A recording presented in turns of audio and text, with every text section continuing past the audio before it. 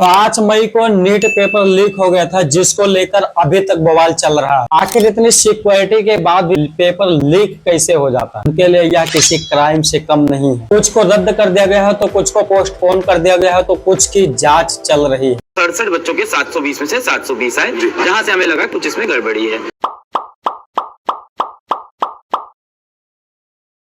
5 मई को NEET paper leak हो गया था, जिसको लेकर अभी तक बवाल चल रहा है। एंट्रेंस एग्जाम से लेकर सरकारी नौकरियों तक के लिए होने वाली परीक्षाओं के पेपर अक्सर लीक होते रहते हैं। जैसे उत्तर प्रदेश, बिहार, झारखंड, गुजरात, राजस्थान, हिमाचल प्रदेश और उत्तराखंड जैसे अन्य स्टेट्स में पेपर लीक के अक्सर न्यूज आते रहते हैं। पेपर लीक हमेशा किसी बड़े स्कैम की तरह पॉइंट आउट करता है। पेपर लीक हो जाने से स्टूडेंट्स को काफी परेशानी उठानी पड़ती है। उनकी साल 2 साल की मेहनत पर पूरा पानी फेर दिया जाता है। नीट पेपर लीक कंट्रोवर्सी में भी यही हुआ। जिन बच्चों ने 12वीं के साथ मेडिकल एंट्रेंस एग्जाम की तैयारियां की थी या 1-2 साल ड्रॉप लेके यह एग्जाम किया था, उनके लिए यह किसी क्राइम से कम नहीं है। नीट पेपर लीक स्कैम ने पूरे सिस्टम को हिला के रखा है। आखिर इतनी सिक्योरिटी के बाद भी पेपर लीक कैसे हो जाता है? 10वीं 12वीं बोर्ड परीक्षा से लेकर CUET, नीट, JEE जैसे एंट्रेंस एग्जाम और UGC, यूपी पुलिस, सरकारी नौकरियों के पेपर अक्सर लीक हो जाते हैं। साल 2024 में लगभग हर महीने में पेपर लीक होने की खबर आती रहती है।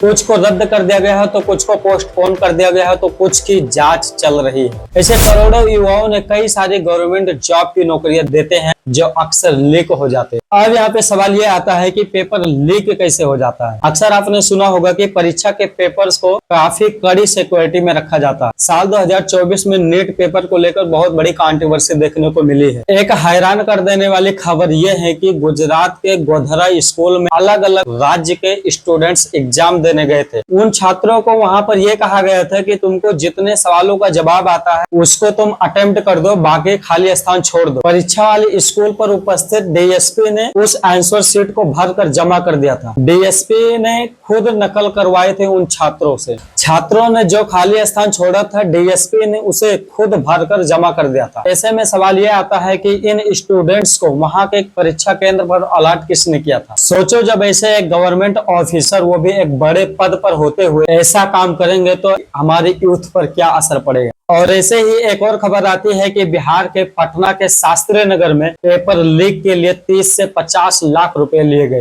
ये बहुत बड़ी स्कैम है। एक स्टूडेंट से 30 से 50 लाख रुपया लिया जाता है। और अगर ऐसे ही गवर्नमेंट जॉब पर पेपर लीक और स्कैम होते रहेंगे तो हमारे देश के यूथ पर बहुत गहरा इफेक्ट पड़ेगा। बहुत बहुत धन्यवाद।